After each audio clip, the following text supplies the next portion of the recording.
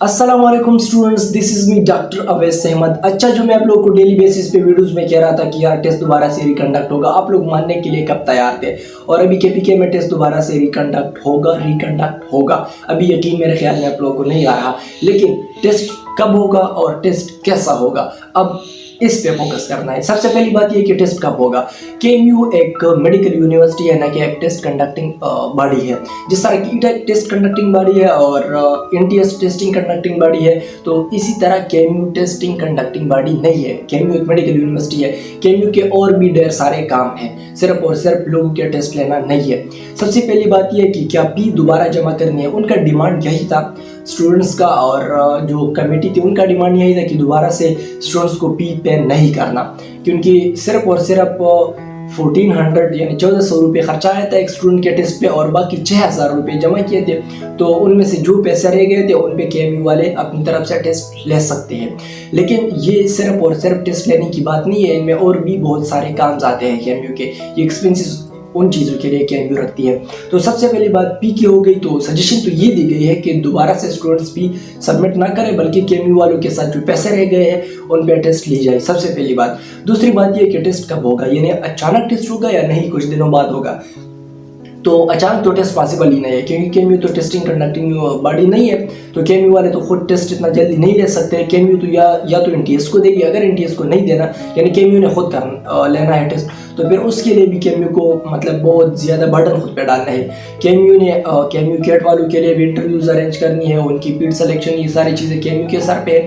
इसके साथ साथ प्रोब्स आ रहे हैं मेडिकल कॉलेजेस वालों के, तो वो भी केएमयू ने अरेंज करना है। और बहुत सारे इंस्टीट्यूट्स केएमयू के साथ भी रिलेटेड है, उन सब की अरेंजमेंट और मैनेजमेंट करनी केएमयू के लिए एक मुश्किल काम है। तो ऊपर से टेस्ट भी आ गया। टेस्ट सजेशन तो ये दी गई है कि केएमयू वाले खुद अरेंज करें, लेकिन अब केएमयू खुद अरेंज करेगी या एनटीएस वालों को देगी, इसके बारे में केएमयू वालों ने कोई नोटिफिकेशन नहीं किया है अभी तक। शायद पॉसिबल है कि आने वाले दिनों में हो जाए। अच्छा, टेस्ट मोस्ट प्रोबेबली नवंबर यानी 15 नवंबर तक पॉसिबल है कि 15 नवंबर तक टेस्ट हो जाए। 12 या 15 नवंबर इसी तरह के डेट में टेस्ट पॉसिबल है, क्योंकि उन्होंने कहा है कि विद इन 6 वीक्स यानी 6 वीक्स के अंदर 6 वीक के अंदर तो पॉसिबल ही नहीं है। तो 6 वीक के बाद मतलब 6 वीक के बाद 42 दिन के बाद टेस्ट होगा। 15 नवंबर या 18, इसी तरह 12 से लेकर 18 नवंबर तक पॉसिबल है कि आप लोगों का टेस्ट दोबारा से रिकंडक्ट हो गया। यानी आप लोगों को बहुत ज़्यादा टाइम मिल गया। जिस तरह की रिपीटर्स को टाइम मिलता है, इसी तरह से हम आप लोगों को भी टाइम मिल गया। रिपीटर बेचारे पूरे दूसरे साल तैयारी करते हैं, आप लोगों को टेस्ट में दोबारा रीअपेयर होने का चांस मिल गया। यानी ज़िंदगी हर एक लूज़र को एक अपॉर्चुनिटी देती है, एक चांस देती है, और वो चांस आप लोगों को मिल गया। और जो स्टूडेंट्स जिन्होंने अपनी मेहनत से ली थी इससे पहले भी नंबर, तो उन स्टूडेंट्स को करेजियस रहना चाहिए, उनको अपनी हिम्मत और हौसला हारनी नहीं चाहिए, क्योंकि ये वो लास्ट पॉइंट है जिस पॉइंट पे आप लोगों ने रेस को जीतना है। तो आखिरी पॉइंट पे रेस को छोड़ना नहीं चाहिए, बल्कि ये वो पॉइंट है जहाँ पे आप लोगों ने अहेड अपने गोल को अचीव करना है। तो आप लोगों ने कभी करेज लॉस नहीं करना। जिस तरह आप लोगों ने पहले टेस्ट में ले लिया, तो इंशाल्लाह आप लोग सेकंड टेस्ट में भी ले सकते हैं। और जिनके कम मार्क्स आए हैं, तो उनके लिए तो बहुत बड़ी अपॉर्चुनिटी है कि वो इस टेस्ट में दोबारा से रीअपेयर हो जाए। अच्छा, ये तो हो गई कि टेस्ट कब होगा। अब टेस्ट कैसा होगा, यानी टफ होगा या मॉडरेट होगा। सबसे पहली बात तो ये है कि 2018 में जाते हैं। 2018 में देखते हैं कि टेस्ट कैसा था। 2018 में जैसे ही पेपर लीक हो गया, दोबारा से उन्होंने ईटा वालों ने टेस्ट ले ली, फिर लीक हुआ, फिर ईटा वालों ने टेस्ट ले ली। तो लास्ट वाला जो 2018 का पास पेपर था, अभी भी आप लोग उठा के देखिए, बहुत ज़्यादा टफ था। इंतहाई टफ टेस्ट 2018 वालों का था। पहला टेस्ट नहीं, जो बाद में टेस्ट बनाया गया, वो बहुत ज़्यादा टफ था ईटा वालों की तरफ से। पहला टेस्ट तो लीक हुआ था, तो ईटा ने बहुत ज़्यादा टफ टेस्ट ली थी। तो अभी पॉसिबल नहीं है, क्योंकि ईटा है नहीं, तो ईटा वालों आप लोगों से बदला तो ले नहीं सकते।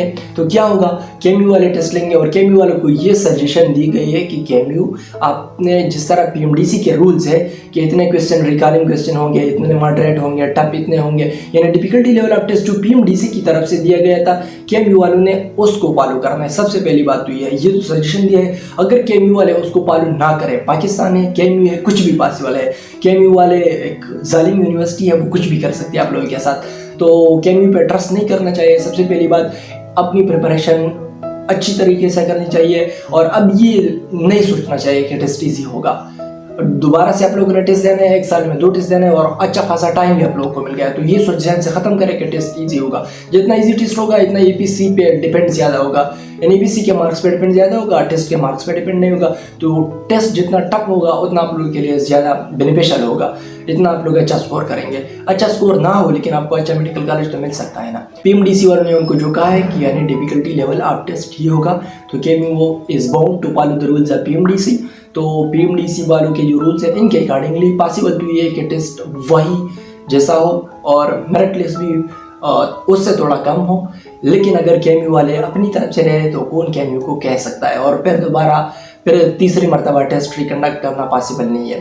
तो ये कुछ सजेशन थी, अपनी तैयारी करके पास पेपर्स को ज़्यादा से ज़्यादा देख ले, संडे टेस्ट जितनी ज़्यादा अटेंड कर सकते हैं अटेंड कर ले, और जितना बुक का रिवीजन कर सकते हैं कर ले।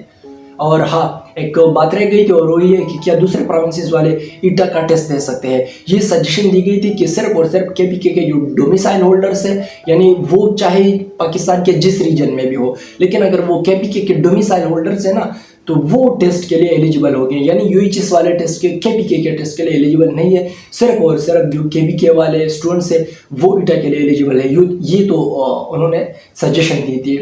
और पॉसिबल भी यही है कि सिर्फ और सिर्फ ईटा में केपीके के जो डोमिसाइल होल्डर्स हैं वही अपीयर हो।